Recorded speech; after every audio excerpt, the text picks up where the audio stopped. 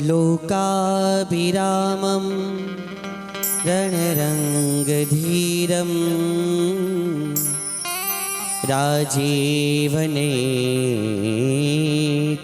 रघुवंशनाथं कारुण्यरूपं करुणाकरन्तं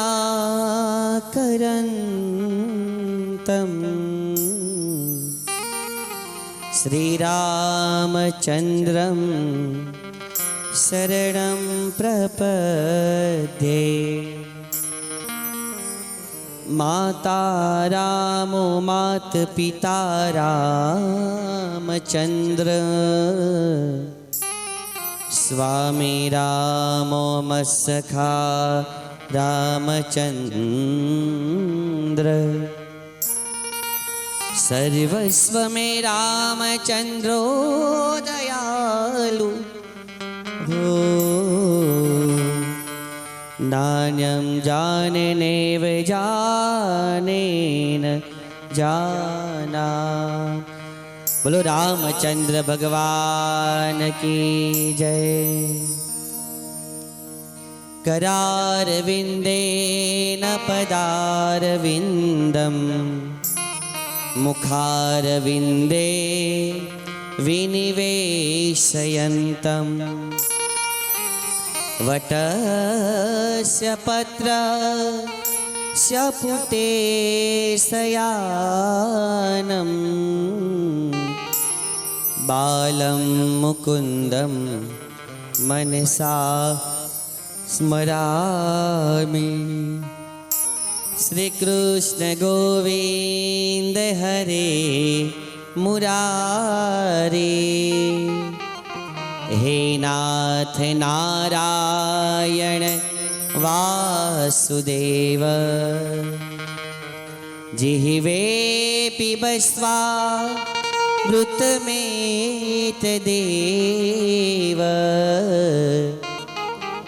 गोविंद दामोदर माधवेति गोविंद दामोदर माधवेति गोविंद दामोदर माधवेति। बोलो रामचंद्र भगवान की जय। हरे मारे आज प्रीतम घेरे आवसे। हरे मारे आज प्रीतम घेरे आवसे। हरे मारे आज प्रीतम घेरे आवसे। हरे मारे आज प्रीतम घेरे आवसे।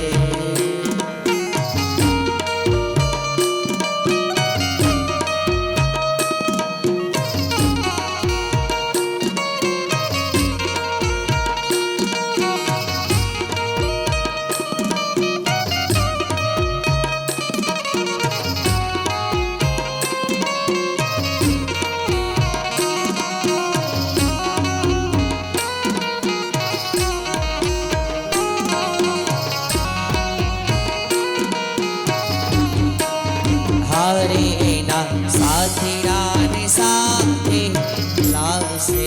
હરે ના સાથીડાને સાથે લાવશે। હરે એના સાથીડાને સાથે લાવશે। હરે ના સાથીડાને સાથે લાવશે। હારે કરે લટકા તાળી દઈ ગાવશે। જીરે કરે લટકા તાળી દઈ ગાવશે। જીરે મારે આજે પ્રીતમ ઘેર આવશે।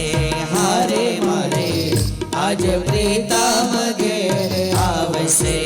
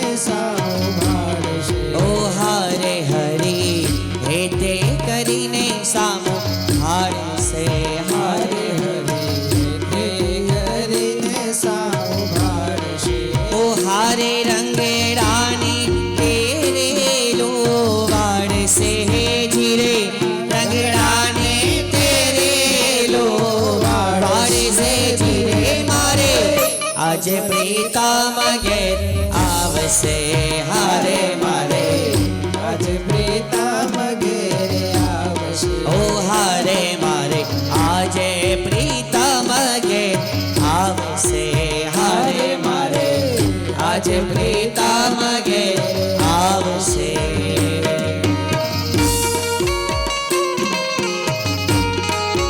हरे हरे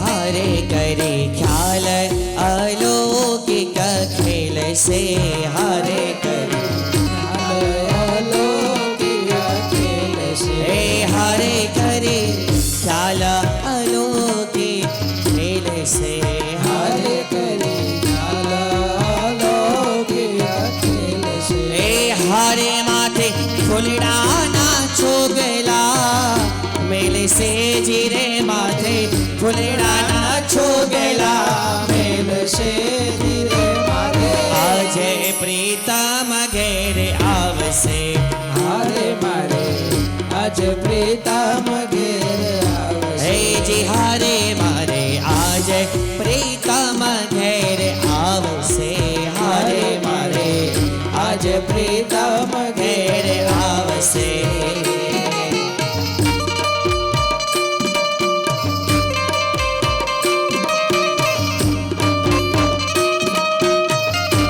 हरे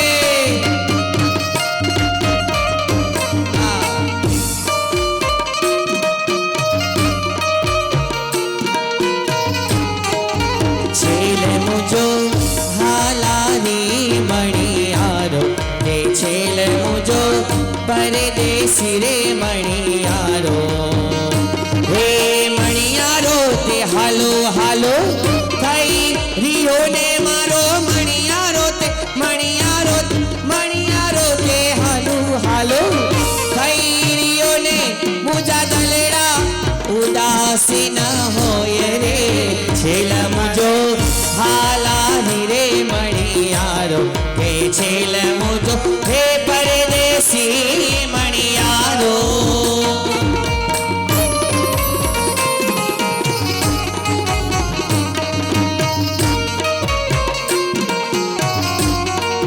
हरे ब्रह्मानंद नो ते स्वामी सामड़ो હારે બ્રહ્માનંદનો તે સ્વામી સાંભળો हे जी हरे ब्रह्मानंद नो ते स्वामी श्यामड़ो હારે બ્રહ્માનંદનો તે સ્વામી સાંભળો हरे सुख देसे आवीने उतावड़ो जीरे सुख देसे આવીને ઉતાવળો રે हे जीरे सुख देसे आवीने रे उतावड़ो जीरे सुख देसे આવીને ઉતાવળો हे રે मारे आज प्रीतम घेरी आवसे हारे मारे आज प्रीतम घेरी आवसे हारे मारे आज प्रीतम घेरी आवसे हे हारे मारे आज प्रीतम घेरी आवसे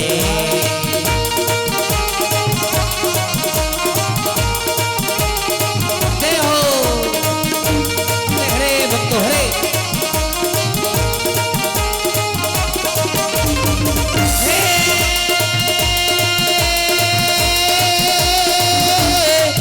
जय नाम यादा गयंद सादा जय नाम यादा गयंद सादा जय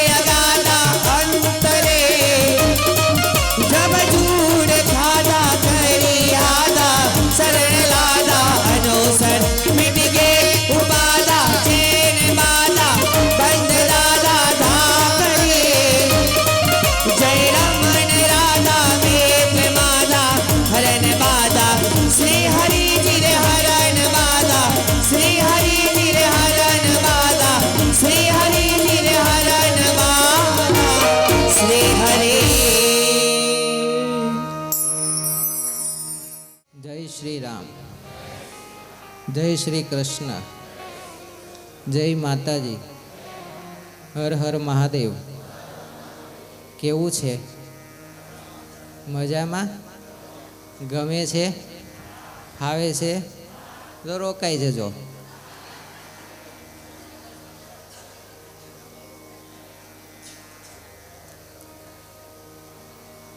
આવી મોજ, આવો આનંદ, આવો સ્નેહ, આવી કથા, આવા ભગવાન, આ બધું ક્યાંથી મળે? આ તો નસીબ લઈને આવ્યા હોય, ભાગ્યશાળી હોય, ભગવાનની કૃપા હોય તો આ બધું પ્રાપ્ત થાય. સહેજે સહેજે મળતું નથી. બીનું હરિ કૃપા મિલહી નહીં સંતા. ભગવાનની કૃપા વગર કંઈ પણ મળતું નથી. ભગવાન શ્રી રામચંદ્રજીના દિવ્ય ગુણગાન ગાવા એકત્રિત થયા છીએ. એ ભગવાન રામચંદ્રજી આ પૃથ્વી ઉપર પ્રગટ થાય એ પહેલા એ ભગવાનને જેણે સંપૂર્ણ રીતે માણ્યા છે, એ ભગવાનને જેણે પોતાના રગે રગની અંદર ઉતાર્યા છે, એ ભગવાનના નામનો મહિમા જેણે પૃથ્વીની કણે કણની અંદર વ્યાપ્ત કર્યો છે, એવા પરમ ભાગવત સ્વરૂપ મહાદેવજીનું આખ્યાન જ્યાં સુધી ન સાંભળીએ ને ત્યાં સુધી ભગવાન રામનું પ્રાગટ્ય ક્યારેય થતું નથી. આપણે પ્રભુ શ્રી સદાશિવનું લગ્ન માં પાર્વતી સાથે થયો. જાડેરી જાન લઈને ભગવાન આવ્યા. ચોકી ઉપર ભગવાન પરણવા માટે બેઠા છે. મેના રાણીએ ભગવાનના પોખણા કર્યા છે, ભગવાનને વધાવ્યા છે. અને ભગવાનને વધાવ્યા પછી લગ્નના ફેરા જ્યારે ફરાણા ને એ વખતે એ વિધિ થયા પછી એક વિધિ આવે છે, જે વિધિની અંદર પિતા પોતાની દીકરીના હાથમાં દર્ભની સળી આપે છે, એના ઉપર ચોખા પધરાવે છે, એ હાથમાં થોડું પાણી આપે છે, અને પછી માતા પિતા બંને ભેગા થઈ અને એ દીકરીનો હાથ જે વરરાજા હોય ને એના હાથમાં સોંપે છે. આ વિધિને શું કહેવાય? કન્યા દાનનો, પાણી ગ્રહણનો વિધિ જેને કહેવામાં આવે છે. હિમાલય અને મેના રાણીએ માં સતીનો પાણી ગ્રહણનો વિધિ એ બહુધાએ ખૂબ ભાવ પ્રેમ અને શ્રદ્ધાથી કર્યો છે. પાણી ગ્રહણ જબ કિન્હ મહેશા હિય હરસી તબ સકલ સુરેશા. હિય હરસી તબ સકલ સુરેશા. બધા જ દેવો ત્યારે રાજી થયા જ્યાં સુધી પાણી ગ્રહણ કરવામાં ન આવે ને ત્યાં સુધી લગ્નનો વિધિ અધૂરો રહે છે. લગ્નનો વિધિ પાણી ગ્રહણ સિવાય પૂરો થતો નથી. અને જ્યારે મહાદેવજીએ મા પાર્વતીનું પાણી ગ્રહણ કર્યું છે ને એ વખતે રાજી કોણ થયું? હિય સકલ સુરેશા. બધા દેવતાઓ રાજી થયા. શા માટે?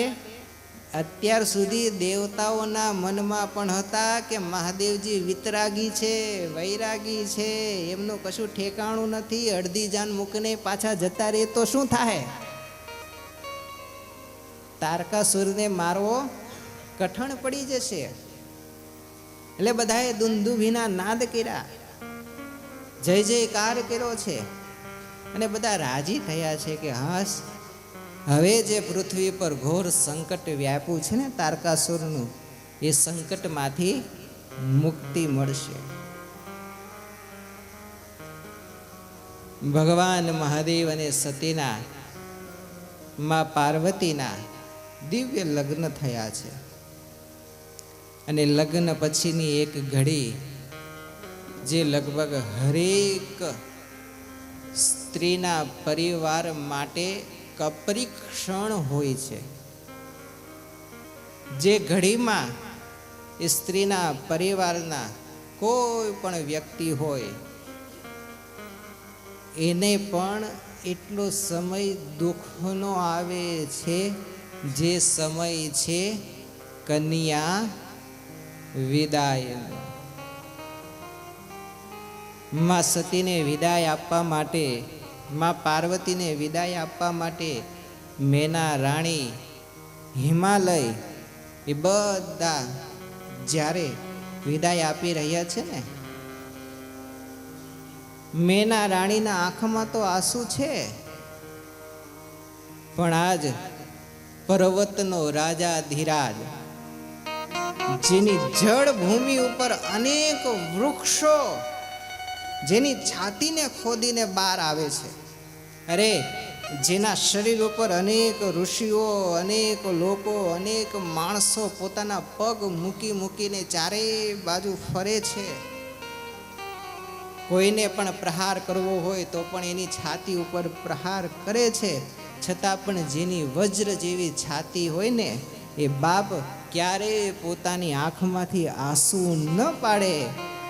એ બાપની આંખમાંથી આંસુ ત્યારે જ આવે જ્યારે એની પ્રાણ સોઈ વાલી દીકરીની વિદાય પોતાના આંગણેથી થાય ને, ત્યારે બાપની આંખોમાંથી આંસુ સરી જતા હોય. અરે સંતો તો એવું કહે છે કે એ મરદ મૂછાળો કઠણ છાતીવાળો માણસ જેમ 2 વર્ષનું બાળક રડતું હોય ને, કાગા કિલિયા કરતું, એમ એ મરદ મૂછાળો માણસ પોતાની વાલસોઈ દીકરીને વિદાય આપતા આપતા રડતો હોય છે.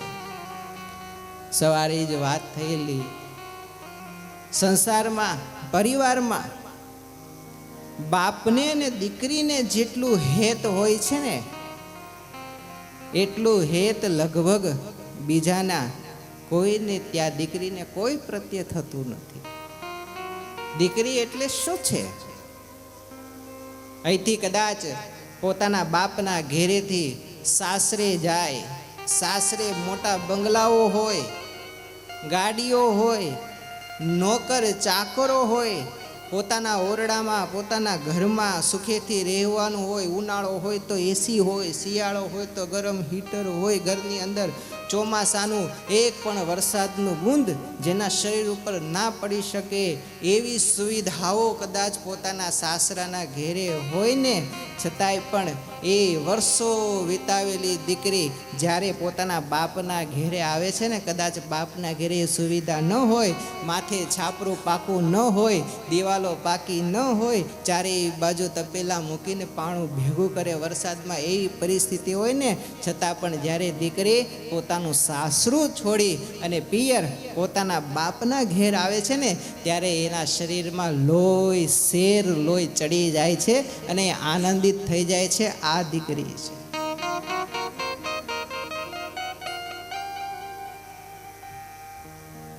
દીકરી એ તો લાઈફ ટાઈમ છે.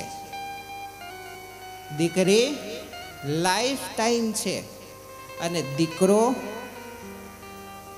વાઈફ ટાઈમ છે.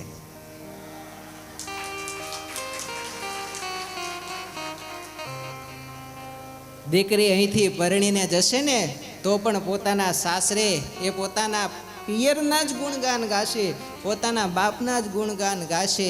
અહીં કદાચ પિયરે હશે ને તો પણ એને ચિંતા એના બાપાની, એમના માતાની, એમના પરિવારની હશે. અને દીકરો ઘરમાં હોવ લઈને આવશે ને એટલે હોવ ગેલો થઈ અને મા બાપની ચિંતાઓ પણ મૂકી દે છે. સંતો દીકરી માટે કેટલું, આ જગતની એક એક દીકરીઓના તમે દ્રષ્ટાંત લઈ લો.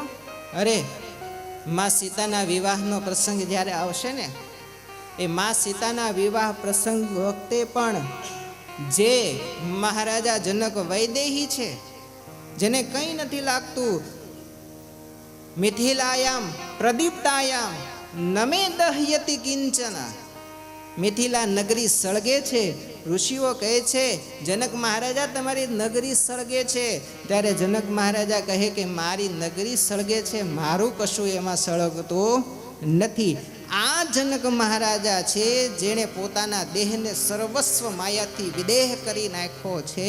એ જનક મહારાજા પણ સીતાને વિદાય આપતા આપતા ધ્રુસકે ને ધ્રુસકે રડે છે. દીકરીનો વિરહ એ કયો બાપ સહન કરી શકે? દીકરીના વિરહની વાતો, અરે કદાચ દીકરો પોતાના બાપને, પોતાની માને ભૂલી જાય, પણ દીકરી ક્યારેય પોતાના બાપને, પોતાની માને ભૂલતી નથી. ભાવનગરનો એક નગર શેઠ, મહત્તા જોજો, દીકરી પોતાના બાપ માટે શું કરી શકે છે. એ ભાવનગરનો એક નગર શેઠ, એ પોતાની ગાડી, એના ગાડીનો ડ્રાઈવર, એક દરબારી વ્યક્તિ અમદાવાદ પોતે દવાખાને બતાવવા માટે આવે છે. વર્ષો જૂની સત્ય ઘટના છે. એ દવાખાને આવે છે, કોઈ કારણોસર એ મહિનો સુધી દવાખાને રહે છે. એ શેઠને દાખલ કરવામાં આવે છે. અને પછી થોડા દિવસ પછી જ્યારે પેલો દરબાર ડ્રાઈવર એ હોસ્પિટલના પગથિયા નીચે ઉતરતો હોય ને, ત્યારે એ હોસ્પિટલના પગથિયા ઉતરતો ઉતરતો જોવે છે એક 13-14 વર્ષની એ દીકરી એ લોકો પાસે જાય છે અને રડતા રડતા લોકો પાસે વિનવણી કરે છે, માંગણી કરે છે, કંઈક માંગે છે. આ 13-14 વર્ષની દીકરીને રડતા જોઈ, ચારેય બાજુ વિચરતા જોઈ, માંગણી કરતા જોઈ, આ દરબારનું હૈયું ત્યાં હાથ ન રહ્યું. એ દોડીને દીકરી પાસે દોટ મૂકીને કીધું કે બેન, તું શા માટે રડે છે? કેમ આટલી બધી કરગરે છે? તારે શું જરૂર છે? મને કે, હું તારી મદદ કરીશ. ખંભો મળ્યો ને કોઈ વ્યક્તિનો. બેન આવા શબ્દો કાને સાંભળ્યા ને એટલે પેલી દીકરીને પોતાપણાનો ભાવ જાગ્યો અને એને ભેટી અને ધ્રુસકે ને ધ્રુસકે રડે છે. પેલો દરબાર ભાઈ હાથ ફેરવે, છાની રાખવાનો પ્રયત્ન કરે. તું બોલ, શું ચિંતા છે? કેમ આટલું બધું રડે છે? અરે તને કોઈ દુઃખ હોય તો હું ઊભો છું, હું તારો ભાઈ છું. તું મને તારો ભાઈ માનીને તારી બધી ચિંતા કે, હું તારી બધી જ ચિંતાઓ દૂર કરીશ. અને જ્યારે આટલું આશ્વાસન મળ્યું ને, 1 કલાક સુધી પેલી દીકરી એ ધ્રુસકે ને ધ્રુસકે રડતી રડતી, આટલું આશ્વાસન મળ્યું ને, હિબકા ભરતી એ દીકરી થોડી શાંત થઈ. બોલી તો ન શકી, પણ એની સામે દરબાર ભાઈ સામે એક આંગળી ઊંચી કરીને કહે છે, ભાઈ મારે 1000 રૂપિયા જોઈએ છે. પેલો ભાઈ કહે છે કે બેન, તારે 1000 રૂપિયા શા માટે જોઈએ છે? શું કરવા છે? બોલ. અને ત્યારે પેલી દીકરી એમ કહે છે કે ભાઈ, મારે 1000 રૂપિયા એટલા માટે જોઈએ છે કે આ હોસ્પિટલનું જે સબગૃહ છે ને, એ ગૃહની અંદર મારા પિતાનો મૃતદેહ પડ્યો છે અને એ મૃતદેહને મારા ઘેર લઈ જવા માટે મારી પાસે કંઈ નથી, પૈસા નથી, કશું જ નથી. બસ હું એટલે ભાઈ કરગરું છું કે મારા પિતાના દેહને મારે મારા ઘેર લઈ જવો છે. ભાઈ મારું ઘર કેશોદ ગામે છે અને હું જેને પૂછું છું, જેને કહું છું ને, એ મને કેશોદ લઈ જવાના 1000 રૂપિયા કહે છે. જો ભાઈ તમે મદદ કરી શકો ને તો મને 1000 રૂપિયા આપો, જેથી કરીને હું મારા પિતાના શબને મારા ગામે લઈ જાઉં. અને જ્યાં દીકરીના મોઢામાંથી આવા શબ્દો સાંભળ્યા ને, પેલો ભાઈ કહે છે, બેન તું ચિંતા ન કરીશ. શું કામ આટલું કરે છે? મારી પોતાની ગાડી છે. ચાલ આજથી જે તારા પિતાનો ખર્ચ થાય, જે કારજ થાય, એ કારજનો જેટલો ખર્ચો થાય ને એ બધો હું તને આપીશ. તું રડવાનું બંધ કરી અને મને બતાવ. ચાલ તારા પિતાની લાશ ક્યાં છે, આપણે લઈ અને તારા ગામે પહોંચાડીએ, પણ તું રડવાનું બંધ કર. પેલી દીકરીને આશ્વાસન મળ્યું. એ દરબાર ભાઈને લઈ અને શબરૂમની અંદર ગયા છે. ઘણા સમયથી, અઠવાડિયાથી પોતાના પિતાનો દેહ ત્યાં પડેલો છે. અઠવાડિયાથી કરગરે છે, કોઈ મળતું નથી લઈ જવા માટે. આજ એને માણસ મળ્યો, એના પિતાના દેહ પાસે લઈ ગઈ. દેહમાંથી ગંધ આવે છે, છતાં પણ જેમ તેમ કરી અને એના દેહને લઈ અને ગાડીની પાછળની સીટમાં સુવરાવ્યા છે અને કીધું છે, બેન આવ, આવીને ગાડીમાં તું બેસી જા, ચાલ આપણે જઈએ.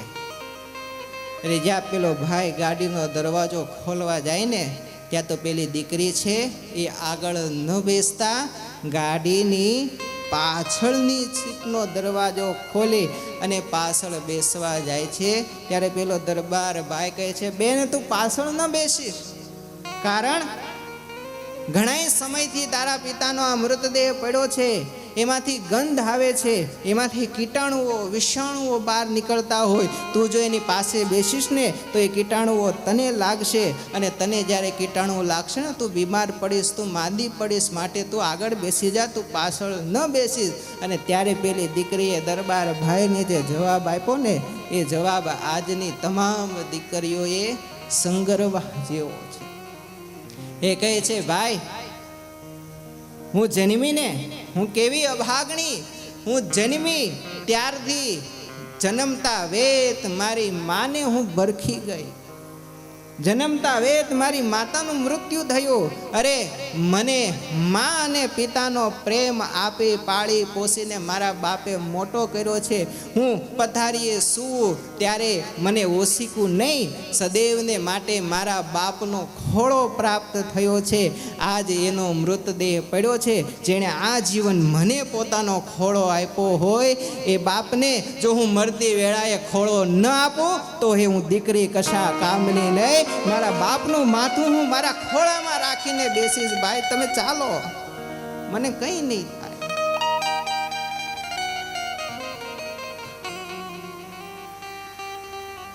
બંને જણા ગાડીમાં બેસીને જાય છે, રસ્તો બતાવતા જાય. પણ દીકરી ધ્રુસકે ધ્રુસકે રડતી રડતી પાછળ ચાલી જાય ને, ગાડી ચાલી જાય છે ને, અવાજ કરતી જાય, હાય રે હાય કેવા મારા નસીબ, હાય રે હાય કેવા મારા ભાગ્ય, પરમાત્માએ મારી સાથે આવું કેમ કર્યું, આના કરતાં તો મને ઉપાડી લીધી હોત તો સારું હતું. અરે મારા બાપાએ કેટલા દાખલા કરી અને મને પાળી પોસીને મોટી કરી. આજ મારો એકનો એક આધાર મારો બાપો પણ આ જગતમાં ન રહ્યો. હું કોના આધારે રહીશ, હું નિર્ધાર બની છું. વિલાપ કરતી કરતી જાય ને, લીંબડી નજીક ગાડી પહોંચી હશે. પેલા ભાઈ ગાડીને બ્રેક મારીને કીધું, બેન હવે તું કોઈ પણ પ્રકારનો વિલાપ ન કરીશ, તું રડવાનું બંધ કર. તારા રડવાનો અવાજ સાંભળી, તારી વાતો સાંભળી મારું હૈયું પણ પીગળી રહ્યું છે. મારા હૈયામાંથી, મારા આંખમાંથી પણ આંસુની ધારા વહી રહી છે. જો મારું હૈયું મારી કાબૂમાં નહીં રહે ને બેન, તો આ સ્ટેરિંગ છે ગાડીનું જો આડોવડો થઈ જશે ને, તો આડોવડો થતાં ગાડી ક્યાંય ભટકાઈ જશે, તારું અને મારું પણ મૃત્યુ થશે. તો આવી રીતે રુદન કરી, વાતો કરી અને મને તું હચમચાવીશ નહીં. તું બેસ, હું તારું બધું કાર્ય શાંતિથી કરી દઈશ, તું એક પણ પ્રકારની ચિંતા ન કરીશ. પેલી દીકરી ચૂપ થઈ છે. પોતાના પિતાનો ખોળામાં માથું રાખી માથે હાથ ફેરવતા ફેરવતા સવારનો સુમાર હશે, લગભગ 4 વાગ્યાનો સમય. કેશોદની ગલીમાં, કેશોદની બાજારમાં એ ગાડી પહોંચી. પેલો ભાઈ કહે છે, બેન ઘર ક્યાં છે? દીકરી કહે છે, ભાઈ ગાડી આ બાજુ લ્યો, આગળ લો, થોડી આમ લો, આગળ લો, બસ ઊભી રાખી દો. ભાઈ પેલું જે ઘર છે ને, જ્યાં જાળીએ તાળું માર્યું છે, લોખંડની જાળી છે ને, એ જ મારું ઘર છે. તમે અહીંયા 2 મિનિટ ઊભા રહો, હું ચાવી લઈને આવું છું. આમ કહી અને દીકરી ત્યાંથી નીકળી ગઈ. પેલો દરબાર ભાઈ પેલા ભાઈની લાશ લઈ અને ગાડીનો દરવાજો ખોલીને ત્યાં ઊભો છે. 1 મિનિટ, 2 મિનિટ, 3 મિનિટ, 4 મિનિટ, 5, 10, 15, અડધી કલાકનો સમય વીતી ગયો, પણ પેલી દીકરી પાછી આવી. પેલા ભાઈની વ્યાકુળતા થઈ, એની આતુરતાનો અંત થયો. ચારે બાજુ આમથી તેમ ઘોરતા શોધવા લાગ્યો, બેન ગઈ ક્યાં? અને એ જ સમયે સવારનો સમય ને, ગામના મંદિરના પૂજારી ત્યાંથી નીકળ્યા અને પૂજારીનો હાથ ઝાલીને પેલો ભાઈ કહે છે કે ભાઈ, હું જો ગાડીમાં એક ભાઈની લાશ લઈને આવ્યો છું અને એ લાશ એ આ ઘરની છે, માટે જો તમે મદદ કરો તો હું એ લાશને ઘરમાં આપણે રાખી દઈએ. જ્યાં વાત સાંભળીને પેલો પંડિત બધી વાત સમજી ગયો. બાજુમાંથી એક પથ્થર લીધો, પથ્થર લઈને જે જાળી ઉપર તાળું લાગેલું હતું એના ઉપર મારી તાળું તોડ્યું છે, દરવાજા ખોલ્યા છે અને ઘરના દરવાજા ખોલીને અંદર ગયા તો બધું અસ્ત વ્યસ્ત પડ્યું છે. બધું સરખું કર્યું. પંડિતે ગાર લીપી છે અને ગાર લીપી પેલા ભાઈની સાથે આ લઈ મૃતદેહ લઈ અને પંડિત અને પેલા દરબાર ભાઈ એ ગારની ઉપર ઘરના એક ઓરડામાં એનો મૃતદેહ રાખ્યો છે. અને પછી પેલો દરબાર ભાઈ પંડિતને પૂછે છે, પંડિતજી આ માણસનો વિધિનો, અગ્નિ સંસ્કારનો, એના પાછળ જમાડવાનો જે કંઈ પણ ખર્ચ થાય ને એ ખર્ચ મને કહેજો, એ ખર્ચ હું આપીશ. પેલો ભાઈ કહે, પંડિત કહે કે બહુ જાજો નહીં, પણ 1000 રૂપિયા જેવો ખર્ચ થશે. પેલો ભાઈ કહે 1000 નહીં પંડિતજી, 2000 થાય, 3000 થાય, અરે 4000 થાય ને તો પણ મને કહેજો. મેં એની દીકરીને વચન આપ્યું છે કે આનું બધી જ ક્રિયાનો ખર્ચો હું આપીશ, માટે જે કંઈ પણ ખર્ચો થાય એ મને કહેજો. ને જ્યાં પંડિતે સાંભળ્યું કે એની દીકરીને વચન આપ્યું છે, કઈ દીકરીની વાત કરે છે તું? કોણ છે એ દીકરી? પેલો ભાઈ કે અબઘડી મારી સાથે એને લઈને જ અમદાવાદથી આવી છે, બસ ચાવી લેવાનું કહીને ગઈ છે, હજી આવી નથી. અને ત્યારે પેલા પંડિતે દરબાર ભાઈનો હાથ પકડી અને આગળ બીજા ઓરડાની અંદર લઈ ગયા અને બીજા ઓરડાની અંદર લઈ જઈ અને એક ફોટો દેખાડીને કીધું, તું જે દીકરીની વાત કરે છે એ દીકરી તો આ નથી ને? અને જ્યાં એ દીકરીના ફોટા ઉપર નિરખીને જોયું ને, પેલા દરબાર ભાઈના શરીર હેઠેથી, પગ હેઠેથી જાણે જમીન સરકી ગઈ હોય એવો એને આઘાત લાગ્યો. પંડિતને કહે છે, ભાઈ તું જે કહે છે એ આ જ છે, મારી સાથે આવી છે, બસ હમણાં જ આવું કહીને ગઈ છે. પંડિત કહે છે, ભાઈ તું જે દીકરીની વાત કરે છે ને એ તો આજથી 3-4 વર્ષ પહેલાં જ મૃત્યુ પામી છે. એના મૃત્યુના આઘાતમાં જ આ ગાંડો બનીને આમ તેમ ભટકતો હતો. બધાને ખબર હતી આજ નહીં તો કાલે એ ભટકતો ક્યાંક મૃત્યુ તો પામશે જ. આજે મૃત્યુ પામ્યો, પણ તારી વાત જાણીને મને એમ થાય છે કદાચ દીકરા કામમાં આવે ન આવે, પણ દીકરી એવું પાત્ર પોતાના બાપમાં જીવનમાં છે કે મર્યા પછી પણ પોતાના બાપના અંતિમ સંસ્કાર કરવા માટે જે પાછી આવે ને એ દીકરી છે. પોતાના બાપના અંતિમ સંસ્કાર કરવા માટે મર્યા પછી પણ પાછી આવે, આ દીકરી છે. શું વાત કરીએ દીકરીની, એની મહત્તાની શું વાત કરી? ભગવાને દીકરી આપી હોય ને તો ખુશી મનાવજો, ભગવાને દીકરી આપી હોય ને તો આનંદ મનાવજો. દીકરી એટલે લક્ષ્મીનું સ્વરૂપ છે. દીકરી એટલે સ્વયં માતાજી માં ભગવતી એ સ્ત્રીનું રૂપ ધારણ કરીને આપણા ઘેર આવી છે. ઘરે દીકરો જન્મે ને તો એના માતા પિતાને આશ્વાસન આપતા ભગવાન કહે છે કે દીકરો આપ્યો છે, જા મદદ કરજે. અને ઘરે દીકરી જન્મે ને એના મા બાપને ભગવાન એવા આશીર્વાદ આપે છે, તારા ઘેર દીકરી છે, તને મદદ હું કરીશ, તને હાચવીશ હું. આ દીકરીની મહત્તા છે. એટલે તો કોઈ કવિએ સરસ મજાના દીકરીને સંબોધતા શબ્દોમાં લખ્યું છે ને, દીકરી મારી લાડકવાઈ લક્ષ્મીનો અવતાર. હો દીકરી મારી લાડકવાઈ લક્ષ્મીનો અવતાર. એ સુવે તો રાત પડે ને જાગે તો સવાર. દીકરી મારી લાડકવાઈ લક્ષ્મીનો અવતાર. એ સુવે તો રાત પડે ને જાગે તો સવાર. દીકરી મારી લાડકવાઈ હો.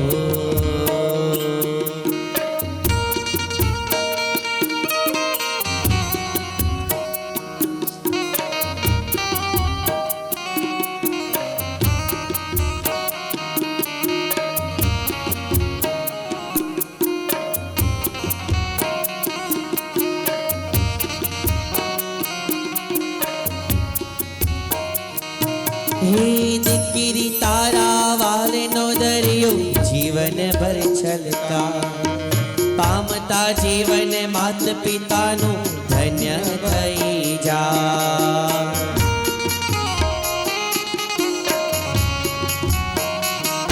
હો દીકરી તારા વાલનો દરિયો જીવન ભર છલકા. પામતા જીવન માત પિતાનું ધન્ય થઈ જાય. એક જ સ્મિતમાં તારા ચમકે મોતીડા હજાર. દીકરી મારી લાડકવાઈ લક્ષ્મીનો અવતાર. એ સુવે તો રાત પડે ને જાગે તો સવાર. દીકરી મારી લાડકવાઈઓ. તમારે જો ફરક સમજવો હોય ને તો એક દ્રષ્ટાંત આપે છે સંતો.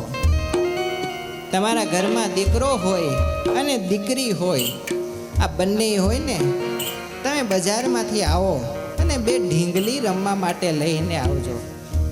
આવીને એક ઢીંગલી તમારા દીકરાના હાથમાં આપજો અને એક ઢીંગલી તમારી દીકરીના હાથમાં આપજો. અને પછી એની મહત્તા જોજો.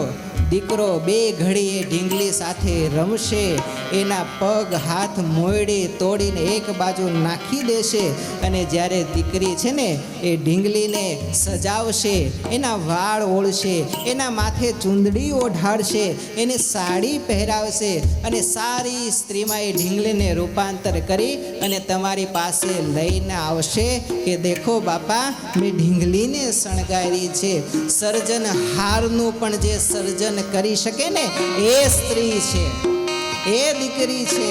એ સર્જનહારને પણ જેના સર્જનમાં સમાઈને આ પૃથ્વી પર આવવું પડે ને, આ દીકરીની વાત છે, આ દીકરીની મહત્તા છે.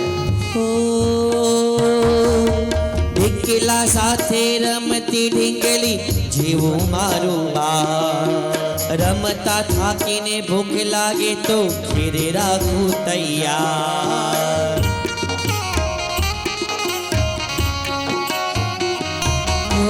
ઢીંગલા સાથે રમતી ઢીંગલી જેવો મારો બાર. રમતા થાકીને ભૂખ લાગે તો ઘેર રાખું તૈયાર. રૂપમાં તારા લાગે મને પરીનો અણસાર. દીકરી મારી લાડકવાઈ લક્ષ્મીનો અવતાર. એ સુવે તો રાત પડે જાગે તો સવાર. દીકરી મારી લાડકવાઈઓ.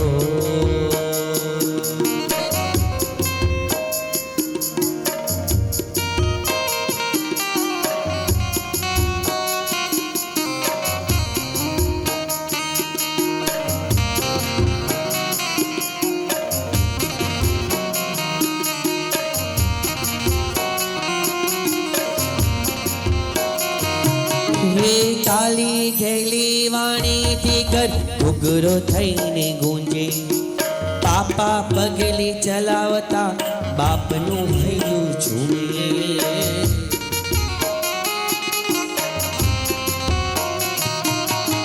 કાલી ગેલી વાણીથી ઘર ઘૂઘરો થઈને ગુંજે, પાપા પગલી ચલાવતા બાપનું હૈયું ઝૂમે.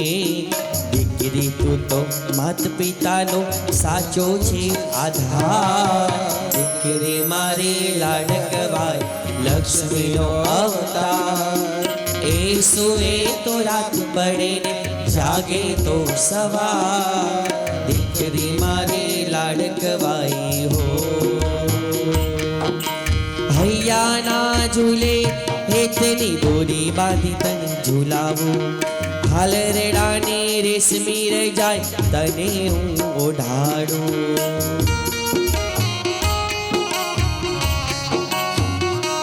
એ હૈયાના ઝૂલે હેતની દોરી બાંધી તને ઝૂલાવું, હાલ રેડાની રેશમી રહી જાય તને હું ઓઢાડું. પાવન પગલે તારો આ મારો ઉજળો છે સંસાર, દીકરી મારી લાડકવાય લક્ષ્મીનો અવતાર. એ સુવે તો રાત પડે ને જાગે તો સવાર, દીકરી મારી લાડકવાઈ હો. દીકરી મારી લાડકવાઈ હો, દીકરી મારી લાડકવાઈ હો.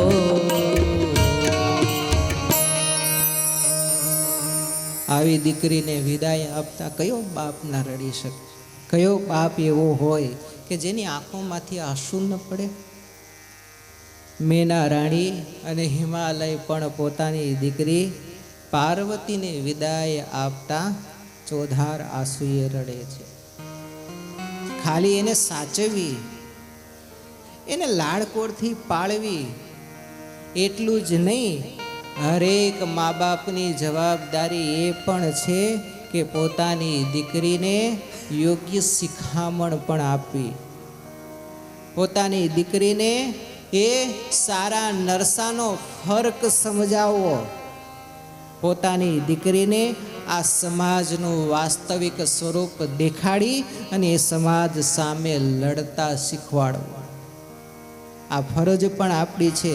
ઘરે જાય તો ફોન કરીને એવું ન કેવો લગ્નની વિદાય થાય કે ન ફાવે તો પાછી આવતી રહેજે, વળતી ટ્રેનમાં પાછી આવજે, એવું ન કેવું. શું દીકરીને કેવું? તુલસીદાસજી મહારાજ આજ મેનાવતી અને મેના અને હિમાલય જ્યારે પોતાની દીકરીને વિદાય આપે છે ને, એ વિદાય વખતે તુલસીદાસજી મહારાજ કહે છે, મેના અને હિમાલયે મહાદેવજીના પગ પકડી લીધા છે અને પગ પકડતા મહાદેવજીને કહે છે કે દેવ, તમે તો દેવાદિદેવ છો, તમે તો સર્વજ્ઞાતા છો. મારી દીકરી તમારા ઘેર આવે છે, મારી દીકરીને લાડકોડથી પાળી છે.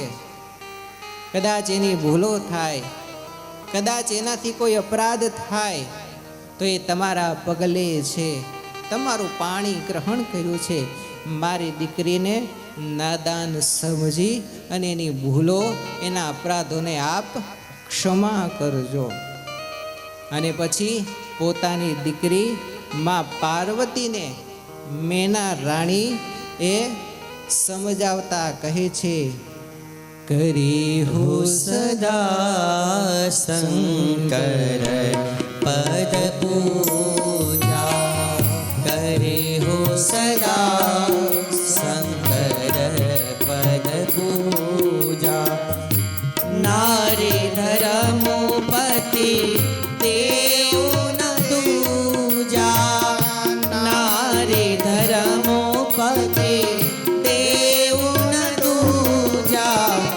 બચન કહત ભરે લોચન મારી, બચન કહત ભરે ચડ ભારી બહુરી લાય ઉરલી કુમારે બહુરી લાય ઉરલી કુમારે કરે હું સદા શંકર પદ પૂજા નારી ધર્મો પતિ દે ઉન દૂજા.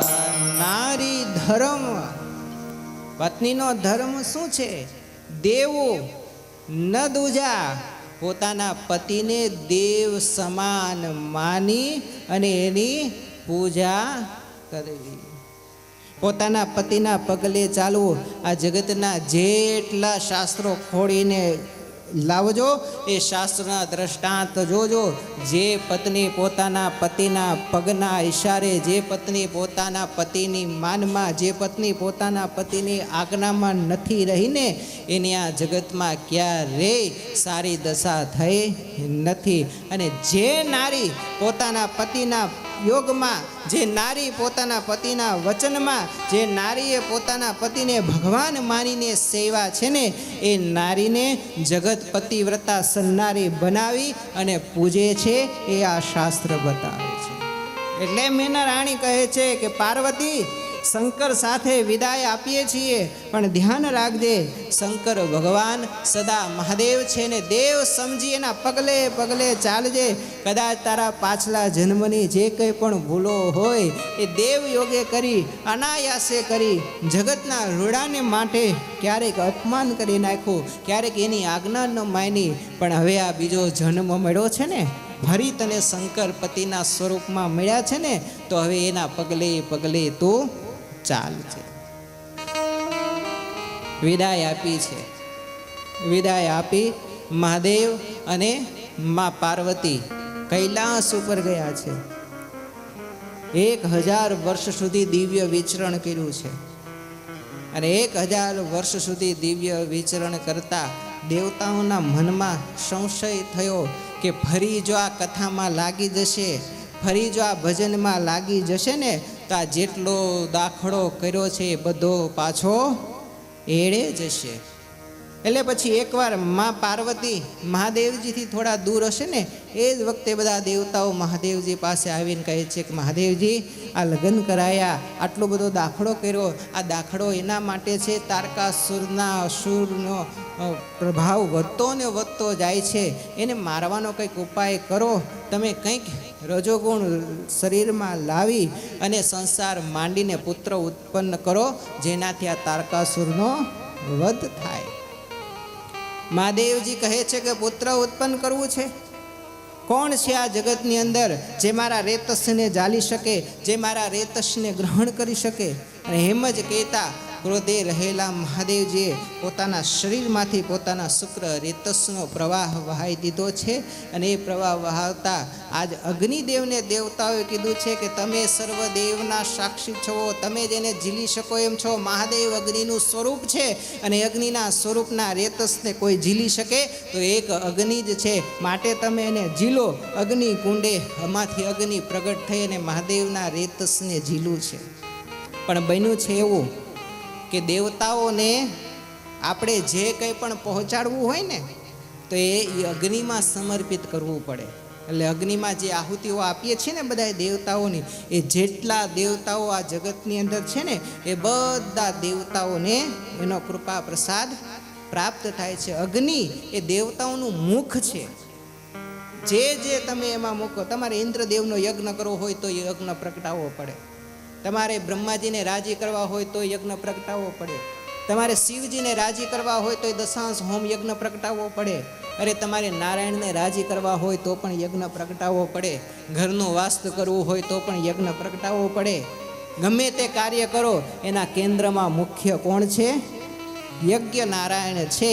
અને એ યજ્ઞ નારાયણ આપણો પ્રસાદ, જે આપણે આપેલી વસ્તુઓ છે એ પોતે સ્વીકાર કરી અને જે જે દેવતાના ભાગનું હોય ને એને એ ત્યાં પહોંચાડે છે. આ ધર્મ યજ્ઞ નારાયણનો છે. યજ્ઞ નારાયણે એ શિવજીનું રેતસ ગ્રહણ કર્યું. એ બધું જ રેતસ બધા દેવતાઓમાં આવ્યું. પરિણામ એ થયું કે બધા દેવતાઓ ગર્ભવાન બન્યા છે.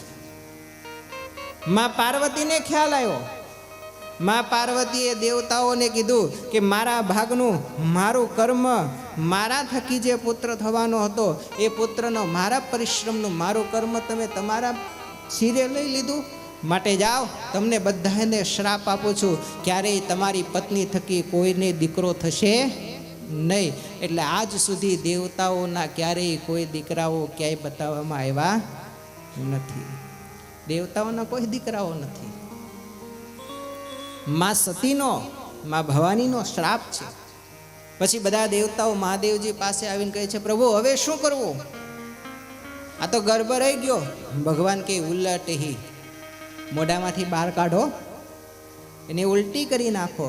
અને એ બધાય દેવતાઓ ભેગા થઈને ઉલટી કરી અને જે તેજનો પુંજ ભેગો થયો એ તેજના પુંજને હિમાલય ઉપર મૂક્યો. આખો બરફથી આચ્છાદિત હિમાલય એ તેજના પુંજના પ્રભાવે કરીને ઓગળી ગયો. અને ઓગળતા ઓગળતા એ તેજનો પુંજ પાણી જે ગંગાજીનો પ્રવાહ વહી રહ્યો છે એ ગંગાજીના પ્રવાહમાં વહેતો વહેતો આવ્યો છે. અને એ વખતે સપ્તર્ષિઓની પત્ની કૃતિકા આદિ જે અરુંધતી, માઘ માસ ચાલી રહ્યો હતો એટલે બધા ગંગાજીમાં સ્નાન કરવા માટે આવ્યા. અને સ્નાન કરવા માટે આવ્યા. અરુંધતી દેવીએ ના પાડી છે. હું મૂળ ભાગવત, મૂળ કથાઓમાં થોડું વધારે વિશેષ ધ્યાન આપું છું. આ બધી મૂળ કથાઓ છે રામચરિત માનસની, તુલસીદાસજીએ લખેલી.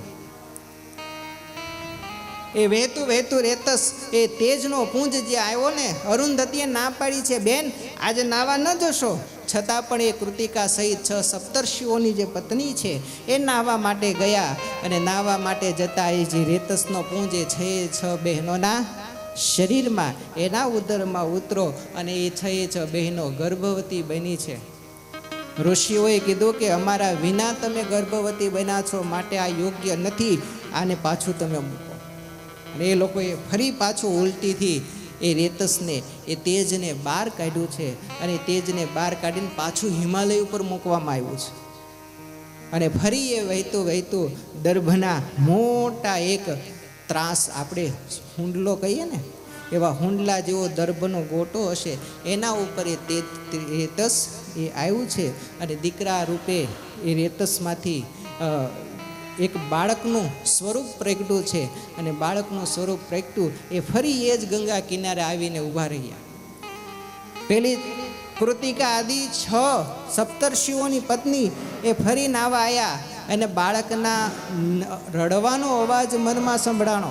રડવાનો અવાજ સંભળાણો એટલે જોયું, જ્યાં આવીને જોયું તો 6 એ એક દીકરાને રડતો જોયો. અને દીકરાને જ્યાં પોતાના હાથમાં લીધું ને, પ્રેમ અશ્રુએ એ 6 કૃતિકા સહિત જે સ્ત્રીઓ હતી એના સ્તનમાંથી દૂધની ધારાઓ વહવા લાગી. પ્રેમ હોય ને તો દૂધની ધારાઓ વહે, પ્રેમ વગર દૂધની ધારાઓ ન વહે. ગાયનું એક નાનું વાછરડું હોય ને, તમે ક્યારેક જોજો, ગૌશાળા હોય, ગાયને પાળતા હોય ને, જે ગાયને પોતાની વાછરડા પ્રત્યે પ્રેમ હોય ને, એ જ્યાં સુધી પ્રાહવો ન વાળે ને ત્યાં સુધી ગાય પણ દોવા દેતી નથી. અને અતિ પ્રેમ હોય ને તો તમે ક્યારેક જોશો ગાયના આસળમાંથી પણ દૂધની ધારાઓ એમનેમ વહેવા લાગે. પ્રેમનું પ્રતીક છે. પ્રેમ હોય તો દૂધની ધારાઓ એ વહે છે. 6 પત્નીઓ સપ્તર્ષિઓની હતી, એના સ્તનમાંથી દૂધની ધારાઓ વહી. 6ને થયું અમારો દીકરો છે, બધાને દૂધપાન કરાયું છે. એ વખતે દીકરો 6 મોઢાનો થયો. 6 મોઢા થયા. 6 પોતાની માતાના એ ભાવને ગ્રહણ કરવા માટે 6 મોઢાના થયા. એટલે એને ષડંગ કહેવામાં આવે છે. 6 મોઢાના થયા. અને એ દર્ભના એ ઓલા ઉપર, કુંજ ઉપર એ દીકરો સૂતો હતો, એટલે એને સ્કંદ કહેવામાં આવે છે. એક પ્રકારે સ્કંદ એને કહેવાય છે. સ્કંદમાંથી એ 6 મોઢાવાળા અને કાર્તિકેય નામે એની વિખ્યાતિ થઈ. સપ્તર્ષિઓએ આવીને કીધું છે, એટલે કાર્તિકેયને મહાદેવજી પાસે લઈ ગયા છે. મહાદેવજીને કીધું છે આ તમારો દીકરો છે. મહાદેવજી એને સૂંઘી અને પોતાનો દીકરો માની અને પોતાના ઘેરે રાખ્યો છે. દેવતાઓએ આયુધો આપ્યા છે ને પછી એને તારકાસુર સાથે યુદ્ધ કરવા મોકલા છે. કરો યુદ્ધ. અને યુદ્ધ ચાલ્યું છે. આખો શિવ પુરાણની અંદર યુદ્ધખંડ છે. તારકાસુર અને કાર્તિકેયનું જે યુદ્ધ થાય છે ને, એ આખો યુદ્ધ ખંડ શિવ પુરાણની અંદર આ લેખાયેલો છે. વર્ષો સુધી યુદ્ધ ચાલ્યું છે. તારકાસુર પણ કોઈ જેવો તેવો અસુર ન હતો.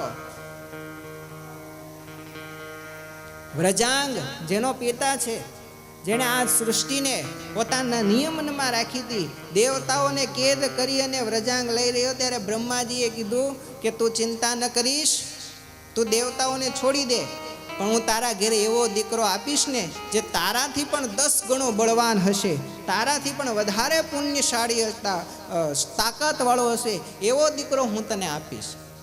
અરે પોતાના દીકરા બાપને પણ પોતાનો દીકરો સવાયો થાય એ વધારે ગમે છે. બીજી બધી અભિલાષાઓ કરતાં પોતાના દીકરા પ્રત્યે પોતાનો દીકરો પોતાનાથી સવાયો થાય એનાથી વધારે હરખ કયા બાપને હોય? એટલે થયું કે મારો દીકરો મારા કરતાં પણ શક્તિશાળી હા થશે. અને એટલા માટે બ્રહ્માજીના વરદાનથી વ્રજાંગના લગ્ન વરાંગી સાથે થયા અને વરાંગી સાથે લગ્ન થતાં એને એક દીકરો થયો છે.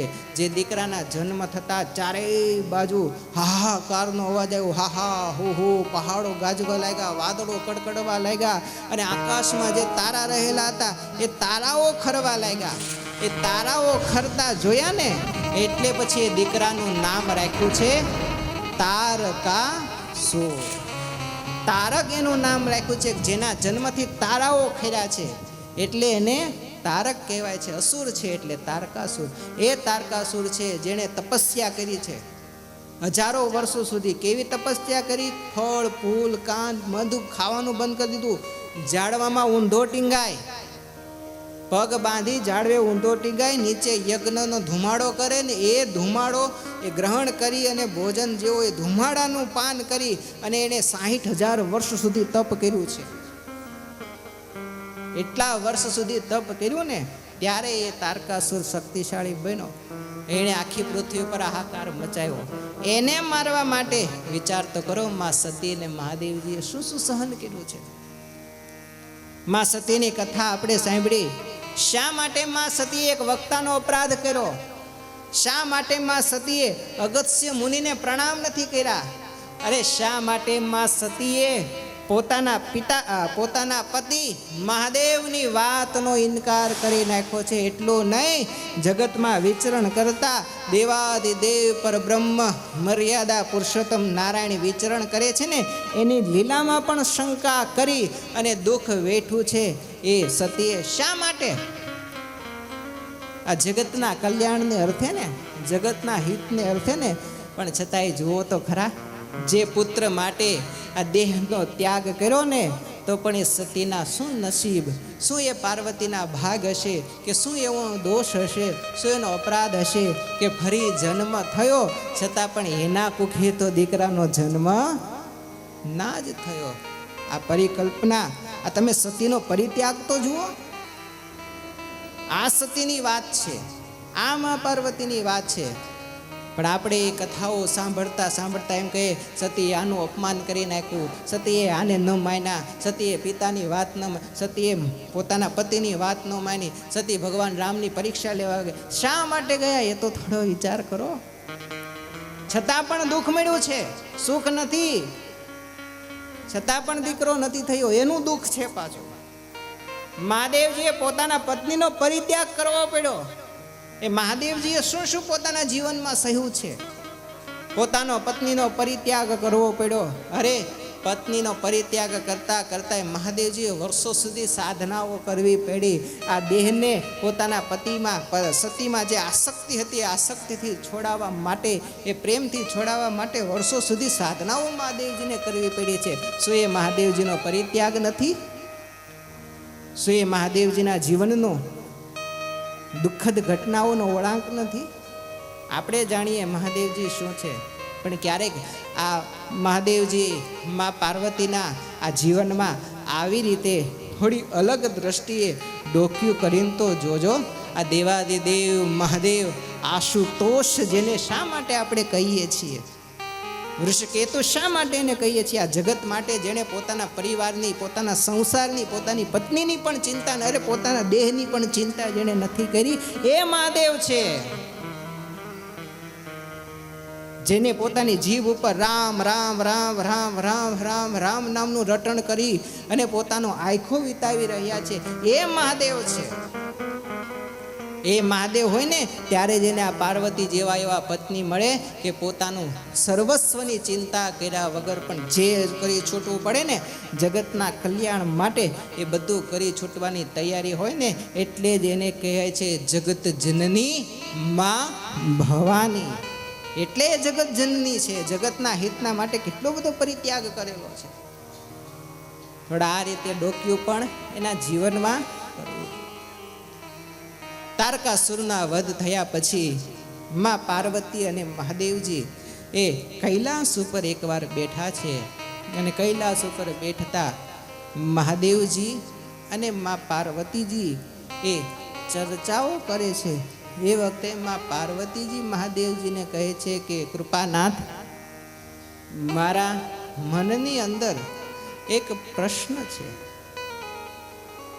એ પ્રશ્ન એવો છે કે એને પ્રશ્નના રૂપમાં ન લઈ શકાય, પણ મારા મનની અંદર એક વાત જાણવાની એ જિજ્ઞાસા છે. એ જિજ્ઞાસા હું તમને પ્રશ્ન સ્વરૂપે તમારી સામે પ્રગટ કરું છું. ન માનશો, મારો અપરાધ છે. મેં રામને લીલા કરતા જોઈ અને એની લીલામાં શંકા કરી છે. એ દેવ યોગે કરી અને મારામાં એ માયાએ પ્રેરિત શંકાઓ થઈ છે.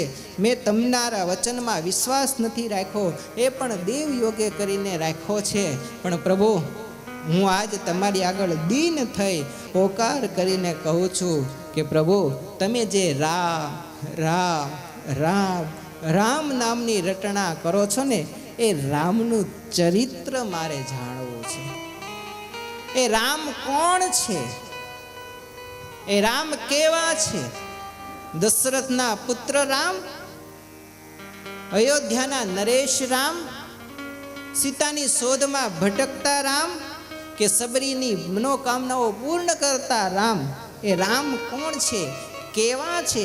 એ રામનું તત્વતઃ સ્વરૂપ મારે તમારી પાસેથી જાણવું છે. માટે મને આપ એ રામના વિષયક જે મારા મનના પ્રશ્નો છે, એ પ્રશ્નો હું તમારી આગળ રજૂ કરું છું. મને રામનું સંપૂર્ણ ચરિત્ર સંભળાવો.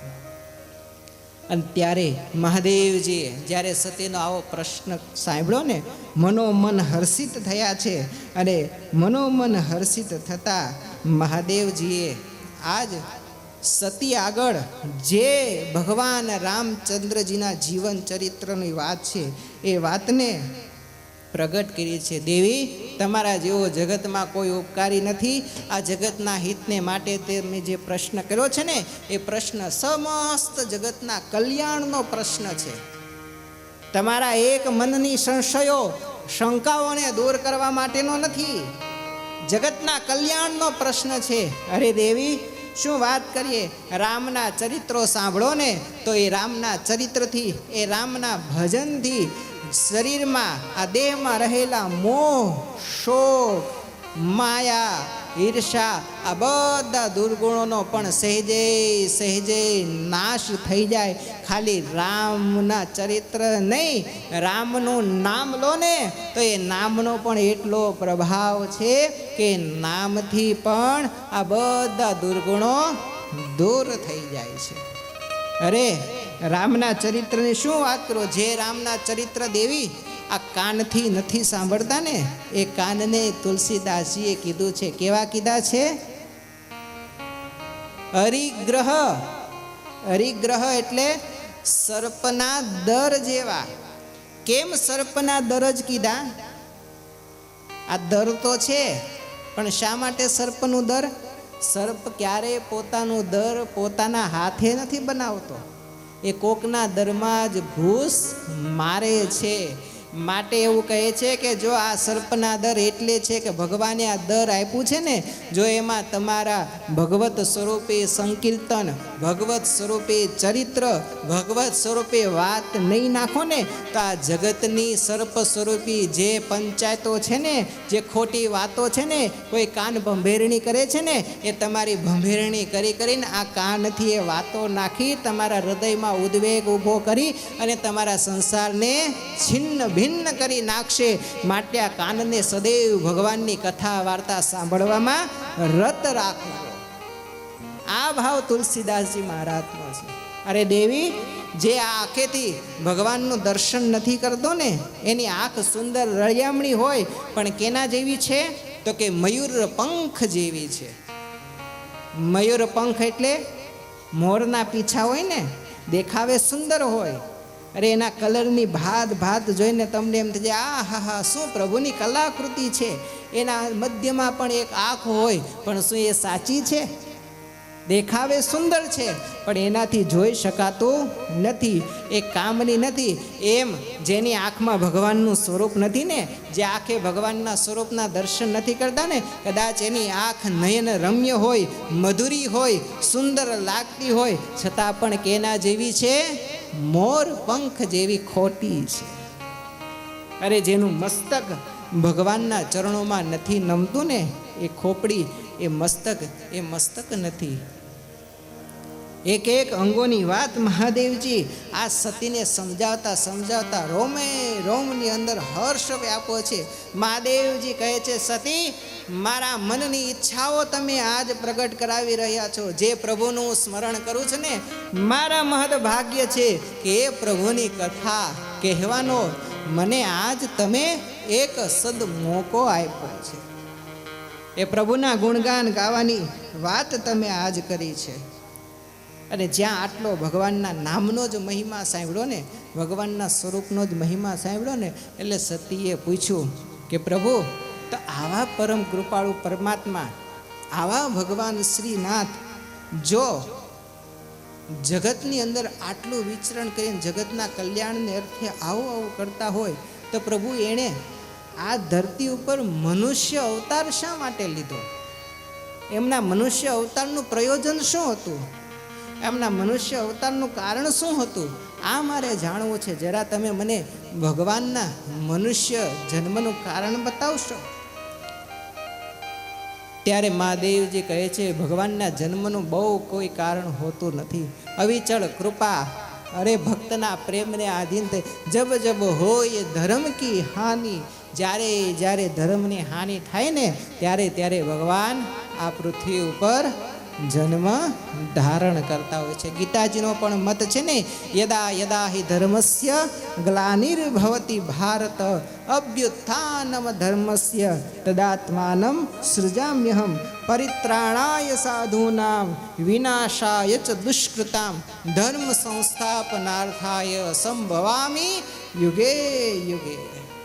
યુગની અંદર આ ધર્મનો નાશ કરવા માટે, ધર્મનું સ્થાપન કરવા માટે ભગવાન આ પૃથ્વી ઉપર અવતાર ધારણ કરીને આવતા હોય છે. પોતાના હિતકારી સંતો, પોતાના ભક્તોના કષ્ટોને દૂર કરવા માટે, એના ભાવોને પરિપૂર્ણ કરવા માટે ભગવાન આ પૃથ્વી ઉપર જન્મ ધારણ કરીને આવતા હોય છે. હરેક કલ્પની અંદર ભગવાનનો જન્મ થાય છે. કલ્પની વાત કરે છે અહીંયા. કલ્પ એટલે શું ખબર છે? થોડી જ્ઞાનની વાત, થોડી સમજણની વાત સમજજો, થોડું ધ્યાનથી સમજજો. આ ભગવાન, એની લીલાઓ એ તો અપરંપાર છે ને, અગણિત છે. બહુ જો મનુષ્ય બુદ્ધિએ સમજવા જાઓ ને તો ભગવાનની લીલા ન સમજાય. મનમાં પ્રશ્ન થાય. તમે પુરાણો કેટલા છે ખબર છે? પુરાણો કેટલા છે? 18 પુરાણો છે ને. મહર્ષિ વેદવ્યાસજીએ લખેલા 18 પુરાણો છે. થોડો ચર્ચાઓ કરી લઈએ અત્યારે, પછી કથા કરો. થોડી ચર્ચા, જવાબ આપજો. તમે ભાગવત પુરાણની કથા સાંભળો તો વિશેષ મહિમા કોનો છે? કોનો છે?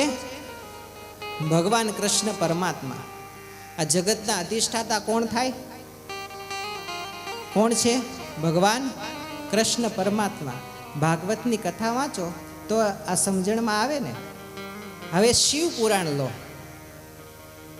શિવ પુરાણની કથા તમે વાંચો તો જગતના સર્વસ્વ જગતનો માલિક કોણ છે? મહાદેવ છે ને, શિવજી છે ને. તમે સ્કંદ પુરાણ વાંચો તો જગતનો માલિક કોણ છે? ભગવાન કાર્તિકેય. તમે ગણપતિ પુરાણ વાંચો, ગણેશ પુરાણ વાંચો તો જગતનો માલિક કોણ છે? ગણપતિ ભગવાન. તમે બ્રહ્મ પુરાણ વાંચો, જગતના માલિક કોણ છે? બ્રહ્માજી છે. તમે બ્રહ્મ વૈવર્ત પુરાણ વાંચો, જગતના માલિક કોણ છે? નારાયણ છે. તો પછી જગતનો સાચો માલિક કોણ? તમે દેવી ભાગવત ઉઠાવો ને તો એ કહે છે કે આ જગતમાં સર્વસ્વ કોનાથી ઉત્પન્ન થયેલું છે? માં ભવાની જગદંબાથી ઉત્પન્ન થયેલું આ જગત છે. તો આમાંથી સાચા કોને ગણવા? ભગવાન નારાયણને, ભગવાન કૃષ્ણ પરમાત્માને, ભગવાન રામને, ભગવાન ગણેશજીને, માતાજીને? કોને સાચા ગણવા? કોની પૂજા કરવી? કોની અર્ચના કરવી? પુરાણો વાંચો ને તો એ પુરાણોમાંથી મતિ ભ્રમિત થાય. આપણે નક્કી જ ના કરી શકીએ કોણ સાચું અને કોને માનવા, કોણ નાનું ને કોણ મોટું. પણ આપણે એટલું જ જાણીએ છીએ કે પુરાણોની રચના મહર્ષિ વેદ વ્યાસજીએ કરી છે. પણ એ પુરાણ કયો પુરાણ, ક્યારે, કઈ રીતે, કેમ રચાણું ને એની કથા લગભગ આપણે જાણતા નથી. હરેક કલ્પની અંદર ભગવાનનો જન્મ થાય છે અને જે કલ્પની અંદર જે ભગવાનનું મહત્વ હોય છે એ કલ્પની અંદર એ ભગવાનનું પૂજા વિશેષે કરીને થાય છે. હવે કલ્પ એટલે શું? કલ્પ ક્યારે થાય? તો કહે છે 4 યુગ છે. સવારે કીધું તો યાદ છે ને નામ? 4 યુગ: સતયુગ, ત્રેતા, દ્વાપર અને કળિયુગ. કળિયુગની આયુષ્ય કેટલી છે? કળિયુગની આયુષ્ય કેટલી છે? 4,32,000 વર્ષ છે. કળિયુગ પછી કોણ છે? દ્વાપર છે. દ્વાપરના કેટલા વર્ષો છે? તો કે 4 ના ડબલ કરો, કેટલા થાય? 8,32,000 ના ડબલ કેટલા થાય? 64. 8,64,000 કેની આયુષ્ય?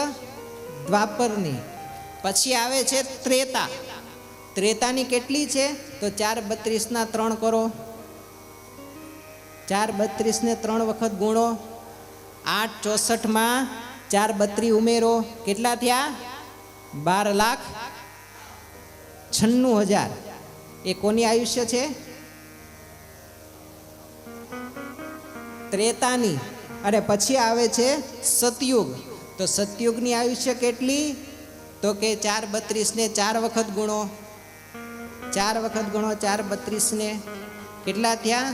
17,28,000 વર્ષો. એ કોની આયુષ્ય છે?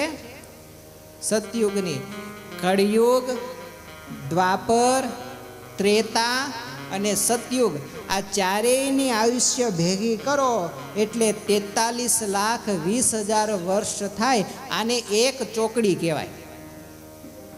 43,20,000 ની કેટલું થયું? એક ચોકડી થઈ. આવી ચોકડી સતયુગ, ત્રેતા, દ્વાપર અને કળીના 4 યુગની એક ચોકડી થાય. એવી 71 ચોકડી થાય ને ત્યારે એક મનુ થાય. મનુ મહારાજા છે ને, એક મનુનો જન્મ. કેટલી ચોકડી? 71 ચોકડીએ એક મનુ થાય. એવા મનુ કેટલા છે? 14 મનુઓ છે. કેટલા મનુઓ છે? 14 બધાયનો વારો આવે, વારા ફરતી તારા પછી મારો. આ 14 મનુઓનો વારો વારા ફરતી આવે. એ 14 મનુઓ વારા ફરતી એક વારો પૂરો થાય. એક મનુના ભાગમાં 4,29,40,80,000 વર્ષ આવે. કેટલા?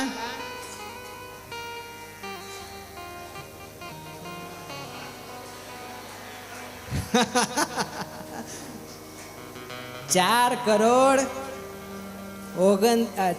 અબજ 29,40,80,000 વર્ષ એક મનુના ભાગમાં આવે.